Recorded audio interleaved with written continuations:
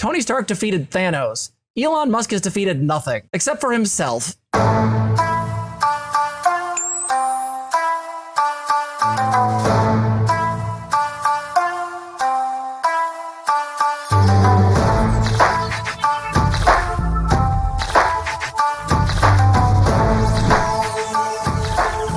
Hey everyone. So I'm going to just bring up something that probably no one has any surprise about because we knew it was coming, but it is really kind of effed. Yeah. Elon Musk's Twitter rolls back policy protecting trans users from misgendering and dead naming.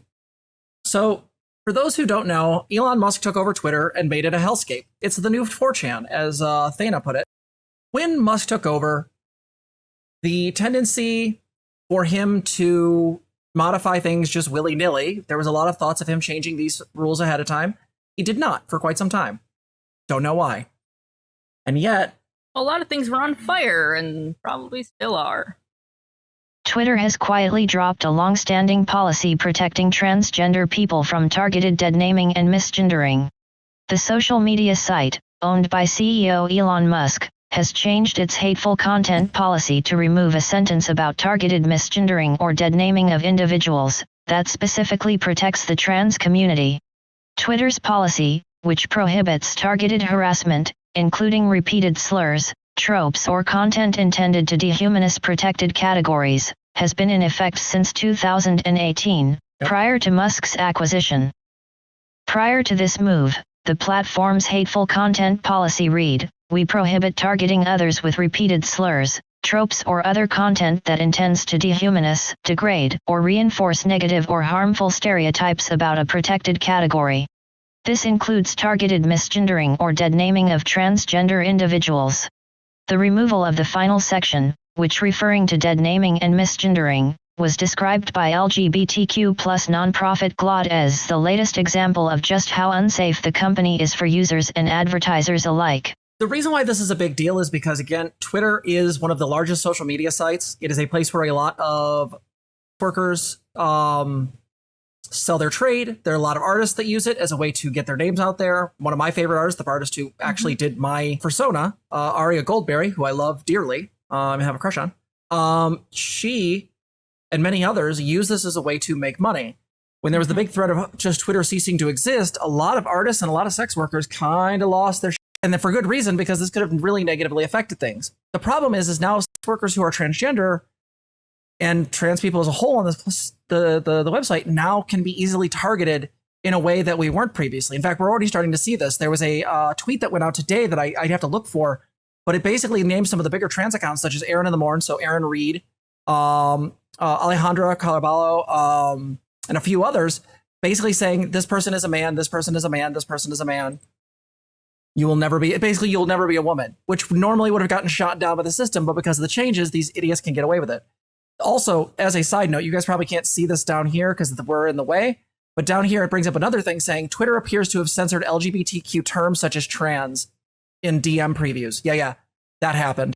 There's a lot of borked stuff going on. LiQWYD CEO and President Sarah Kate Ellis said, "This decision to roll back LGBTQ plus safety pulls Twitter even more out of step with TikTok, Pinterest and Meta, which all maintain similar policies to protect their transgender users at a time when anti-transgender rhetoric online is leading to real-world discrimination and violence." The move means that Twitter is falling behind other social media companies including TikTok and Pinterest, which have both explicitly banned misgendering, dead naming, misogyny and the promotion of conversion therapy practices. Similarly, Facebook owner Meta has publicly stated that it prohibits violent or dehumanizing content directed against people who identify as LGBTQ and remove claims about someone's gender identity upon their request. Ghostly Blurry Face, I'm going to say this really simply. From now on, I'm going to mute whoever says delete Twitter in chat. And the reason I'm going to say that is this. There is a tremendous amount of, as I just said, sex workers and artists who use Twitter as a way to advertise their trade. If we delete Twitter as a whole, like get rid of the whole thing, this is going to hurt them immensely. If people leave Twitter, like obviously they're allowed to, especially if they're being harassed or treated terribly. But as an en masse thing, I don't know if I can support that because I want my artist friends to keep eating. Yeah, we're definitely in a double-edged sword kind of deal. If you're able to, find other platforms, right? If you're able to, start accounts on other platforms so you have backup places so your fans can help find you, or you can find your favorite artists. You know, heck, if you guys can, figure out what other artists are moving to multiple platforms, help them out on the new places. I think it's really, really worth it to do that, especially for small artists who, individual fans doing a thing really does affect them.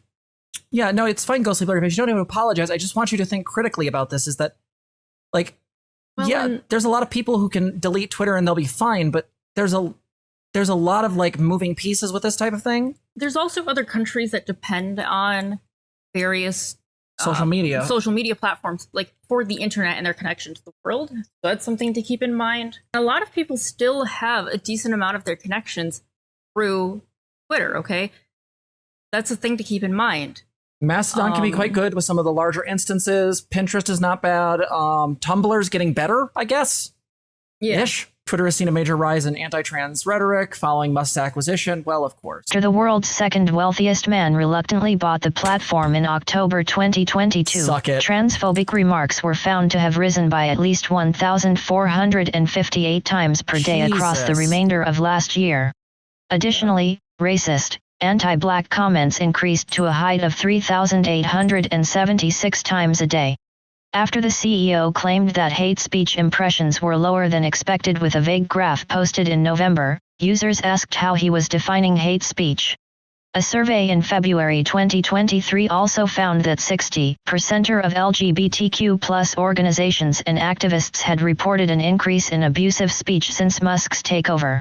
Musk himself has posted several anti-LGBT tweets in the past, including claims of the woke mind virus needing to be defeated, blaming communist universities for his trans daughter's fraught relationship with him, and making false claims about gender-affirming surgeries. His historically anti-LGBT rhetoric caused several queer pundits to predict that Twitter's hateful conduct policy would change in the future. True. He's really just still mad about the fact that his wife left him for a trans woman. Like, I just hope Grimes is getting railed. Like, I really... happy. Grimes did the opening for Hilda, which is one of my favorite shows. That's super true.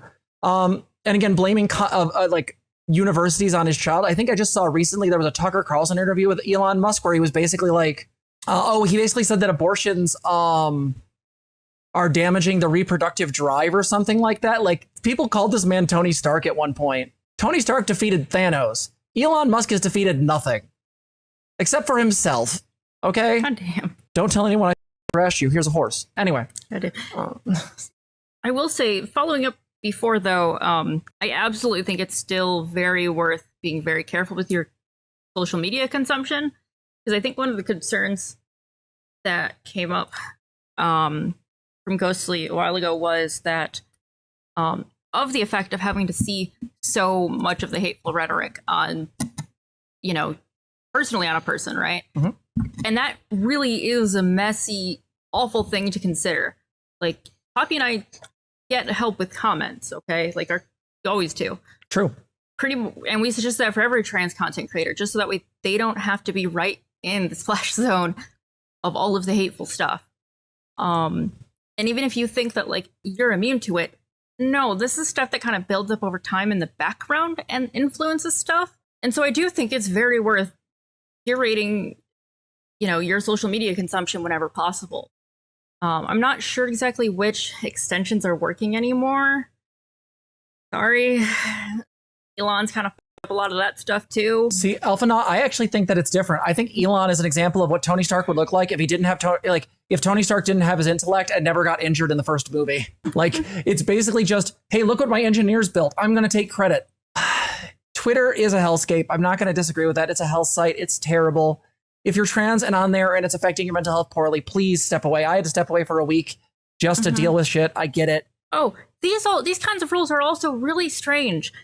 And I'm really just waiting for the lawsuits, because a lot of corporations will have non-discrimination policies, at least, for their internal employees, protecting gender identity and expression and sexual orientation, because they tend to adopt whatever the strictest policy is from whatever number of states that they operate in.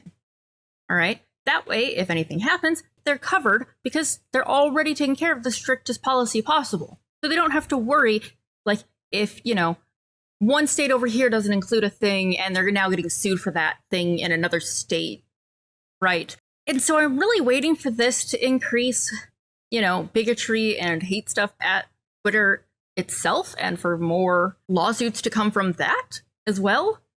Because why not? Like, if you push all this hateful stuff, no, that bleeds through your company. Have fun with that. Yeah, I mean, I guess I don't really have a lot to say on Elon other than just...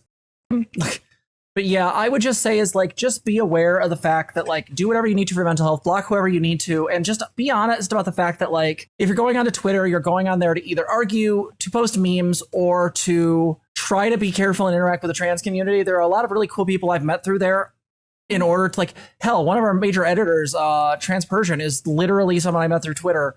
And I love her to death. So hell, I think one of my partners, one out of my partners is from Twitter, also Sage. Hello, we met through the Discord server.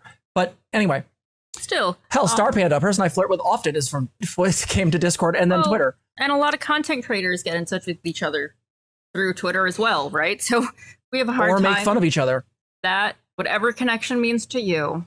But not Sanso, because he's still banned. True. So that's the other thing, right? Whenever you can, try and make sure that you have more than one mode of contact. Have a throwaway email or have another Discord. That way, if something happens to Twitter, something happens to your account, it very well could. You need to be off of Twitter and just take care of you. You can still be reached other places. I really do suggest having multiple accounts to help take care of yourself. I think that's just internet safety in this day and age. I think that's just how you take care of it.